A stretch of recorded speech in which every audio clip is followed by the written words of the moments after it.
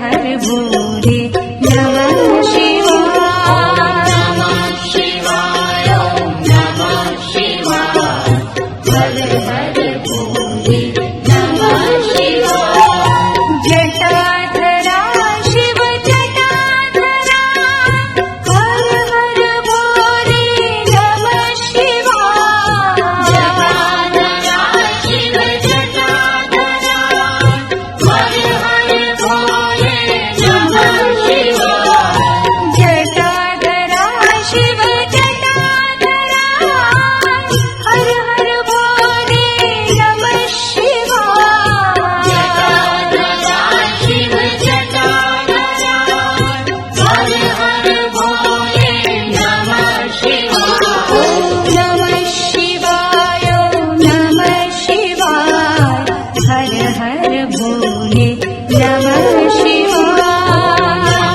शिवाय नमः शिवाय हर हर भोले नमः शिवाय नमः शिवाय नमः शिवाय हर हर भोले नमः शिवाय शिवाय नमः शिवाय हर हर भोले नमः शिवाय सोमेश्वरा शिव सोमेश्वरा हर हर भोले नमः शिवाय सोमेश्वरा शिव सोमेश्वरा हर हर भोले नमः शिवाय सोमेश्वरा शिव सोमेश्वरा हर हर भोले नमः शिवाय सोमेश्वरा शिव सोमेश्वरा हर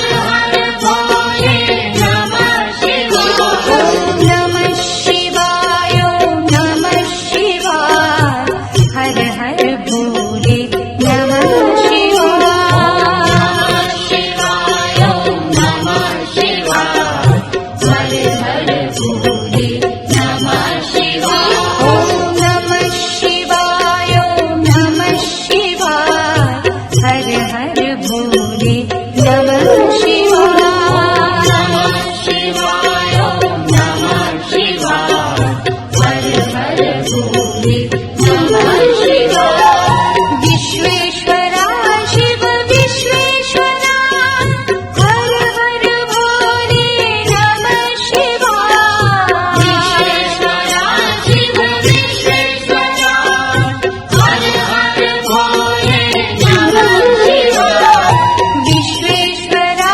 शिव विश्वेश्वरा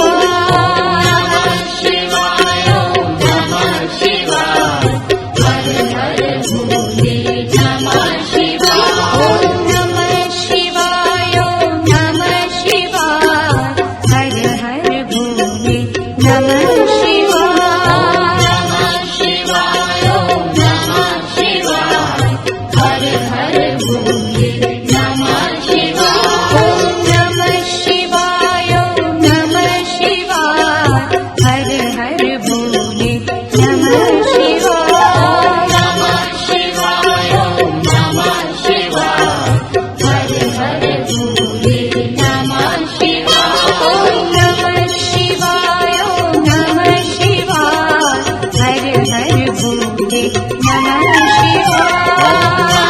शिवाय ओम नमः शिवाय हर हर भोले नमः शिवाय रामेश्वरा शिव रामेश्वरा हर हर भोले नमः शिवाय रामेश्वरा शिव रामेश्वरा हर हर भोले नमः शिवाय रामेश्वरा शिव रामेश्वरा हर हर भोले नमः शिवाय रामेश्वरा शिव रामेश्वरा हर हर भोले नमः शिवाय ओम नमः शिवाय ओम नमः शिवाय हर हर भोले नमः शिवाय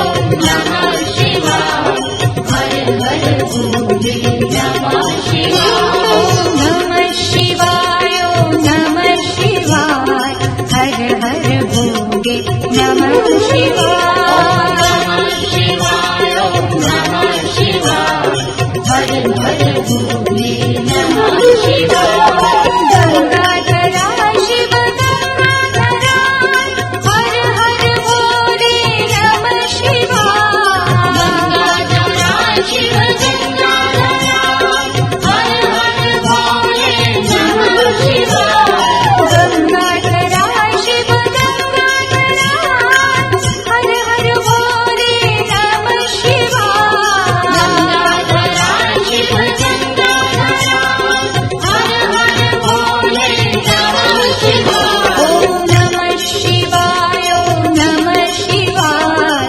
हर हर भोले नमः शिवाय ओम नमः शिवाय हर हर भोले नमः शिवाय ओम नमः शिवाय ओम नमः शिवाय हर हर भोले नमः शिवाय ओम नमः शिवाय हर हर भोले नमः शिवाय जटाधरा शिव जटाधरा हर हर भोले नमः शिवाय जटाधरा शिव जटाधरा हर हर भोले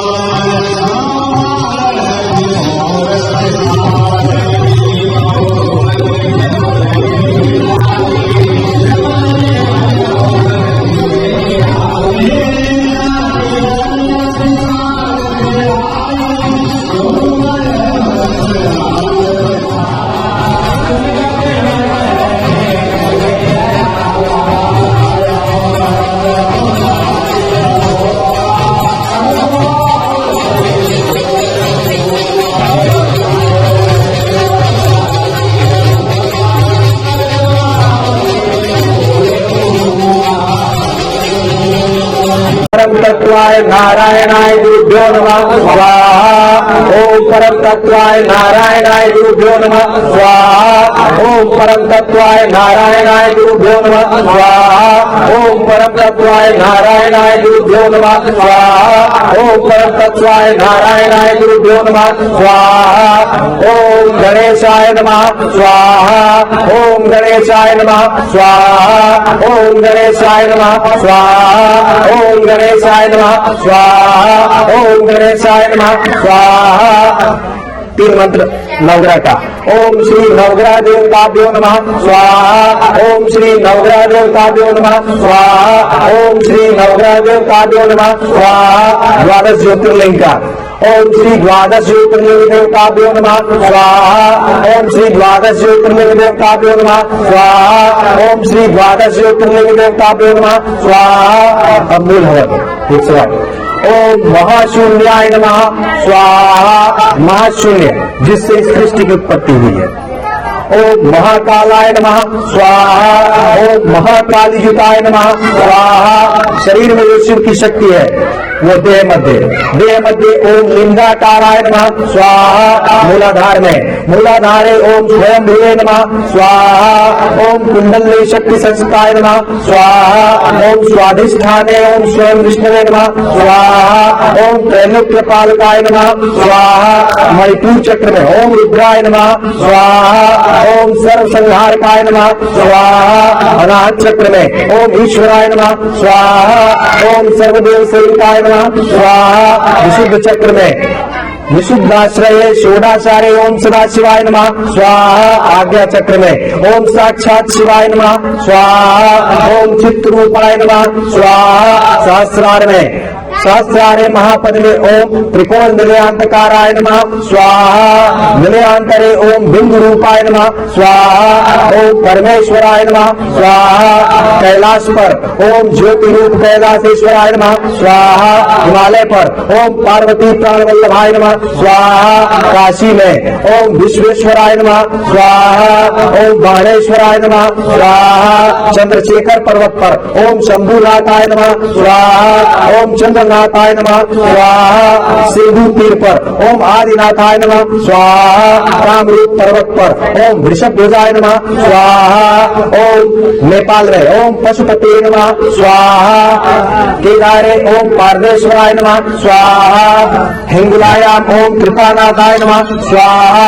ओम रूपनाथाय नमः स्वाहा। द्वारिका में ओम हराय नमः स्वाहा। पुष्कर में ओम प्रमथेश्वराय नमः स्वाहा। हरिद्वार में ओम गंगाधराय नमः स्वाहा। कुरुक्षेत्र में ओम पांडवेशाय नमः स्वाहा। केदार में ओम द्वारकेश्वराय नमः स्वाहा। वृंदावन में ओम केशवाय नमः स्वाहा। गोकुल में ओम गोकुलेश्वराय नमः स्वाहा। मथुरा में ओम कंसनाथाय नमः स्वाहा। मिथिला में ओम धनुर्धराय नमः स्वाहा। अयोध्या में ओम कीर्तिवासाय नमः स्वाहा। काश्मीर में ओम अमरनाथाय नमः स्वाहा। कांची में ओम त्रिपुरेश्वराय नमः स्वाहा। चित्रकूट में ओम चंद्रचूड़ाय नमः स्वाहा।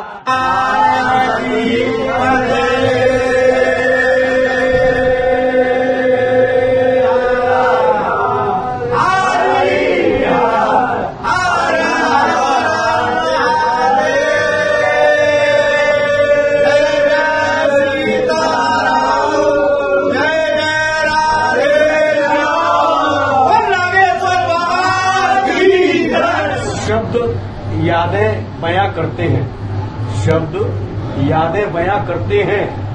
शरीर मिट्टी है, शरीर मिट्टी है, घड़े बना करते हैं।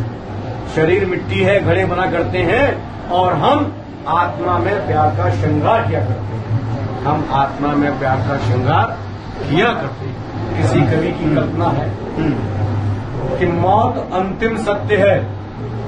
ये बात रखना ध्यान में, मौत अंतिम सत्य है, ये बात रखना ध्यान में।